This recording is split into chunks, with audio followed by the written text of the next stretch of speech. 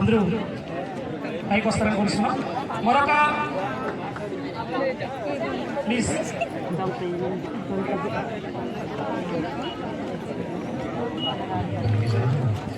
మన ఈ అమ్మాయిలు కూడా టెక్కలి గర్ల్స్ హాస్టల్ విద్యార్థులు. సో వీళ్ళు ముఖ్యమైనటువంటి అమూల్యమైనటువంటి టాలెంట్. బ్రదర్ ఓకేనా సాంగ్?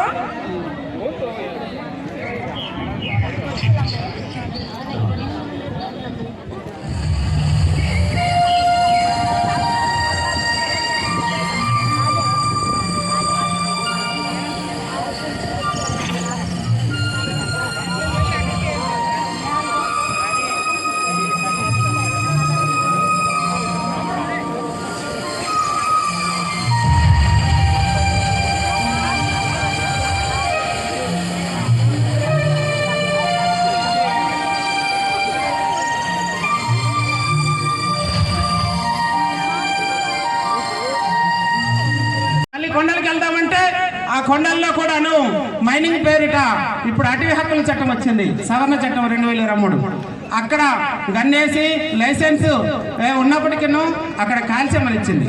కాబట్టి అలాంటి ప్రమాదకరమైన చట్టాలు మనకి వస్తున్నాయి. కాబట్టి ఐటీడీఏలో నియామకాలు ఎవరికి జరగాలి? 100% మనకే జరగాలి. అలాంటి జీవాలు పోయాయి.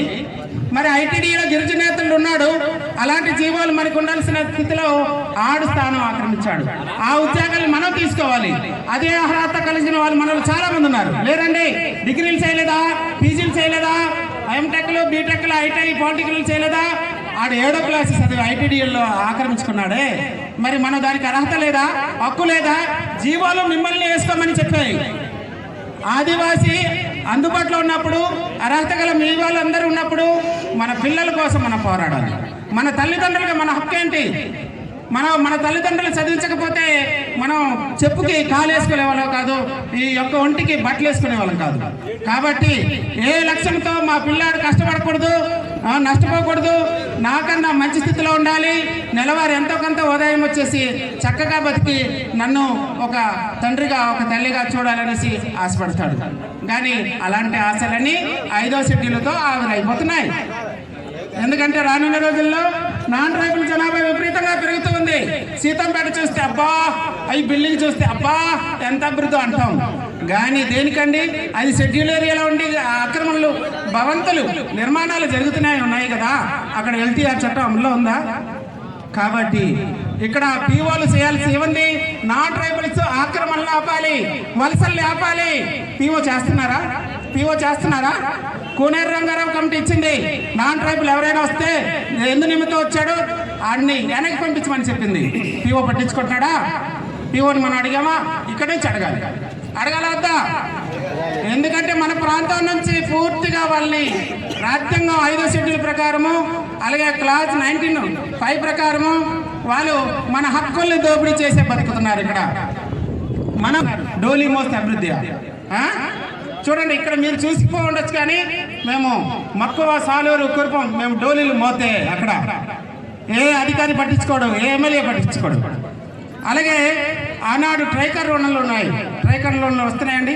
ఎంతమంది కుటుంబాలు వ్యక్తిగతంగా బాగుపడ్డాయి, ఎంతమంది గ్రామాలు బాగు చేశారు, ఎంత గ్రామాలకి ఇప్పటికీ విద్యుత్ శక్తి లేదు. మీరు నమ్మారా? మీరు చూస్తుంటారు. ఇక్కడ మా ఏరియాలో ఇప్పటికీ కరెంటు లేని గ్రామాలు ఉన్నాయంటే, ఇప్పటికి ఊట నీరు తాగుతున్న పరిస్థితి ఉందంటే మనం ఏ స్థితిలో ఉన్నాం? మనకి రావాల్సిన నిధులు మనకి అందజేయకుండా మధ్యలో ఆపేసే ఆ యొక్క సామాజిక వర్గాలు ఏంటి? కాబట్టి గిరిజనేతర వర్గాలు, గిరిజనేతల పార్టీ తెలియకుండా చేస్తున్నారు.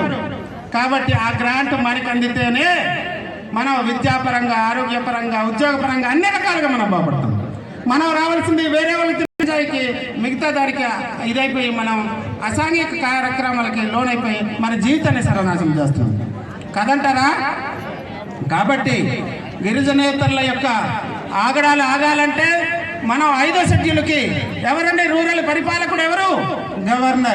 గవర్నర్ని మనం ఎప్పుడైనా అడిగామా? ఒక పార్లమెంట్ చేసిన చట్టము, ఒక రాష్ట్ర శాసనసభ చేసిన చట్టము యథావిధిగా అమలు చేసేస్తున్నారు వీళ్ళు. దానికి ఉదాహరణలు చెప్తాను ఒకటి. కాబట్టి ఇక్కడ వచ్చి 5వ షెడ్యూల్ మన ఆయుస్సు, 5వ షెడ్యూల్ మన ప్రాణం. ఎందుకంటే మనం భావితరాలు 100 ఏళ్ళు బతకాలన్నా, మన మన మనుగడ రాజ్యాధికారము ఉండాలన్న 5వ షెడ్యూల్. 5వ షెడ్యూల్ లేనినాడు ఆదివాసి యొక్క జీవన మనుగడ అస్తవ్యస్తం కొట్టది. జీవన మనుగడ కాదు.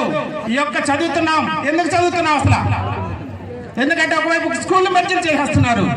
అంటే గవర్నమెంట్ జీపీఎస్ స్కూల్ని పక్క స్కూల్కి మూసేస్తే అక్కడ ఉన్నటువంటి ఆదివాసి బిడ్డ, ఆదివాసి పిల్లలు ఏమవ్వాలి అంటే పరోక్షంగా ఆదివాసుల్ని నిరక్షణ చేసి సారాకి మన సారు కొన్ని పుస్తకాలు రాశారు. ఏదైతే మాట్లాడామో చేరాల్సిన ఆయుధాలు మన దగ్గర లేకపోతే మనం పోరాడి సాధించలేం కనుక ఆ యొక్క ఆయుధం ఏదైతే 5వ షెడ్యూల్ ఉందో అది చదవాలి. ప్రతి ఒక్కరు మనల్ని చేసుకోవాలి, ప్రతి ఒక్కరు తలించాలి.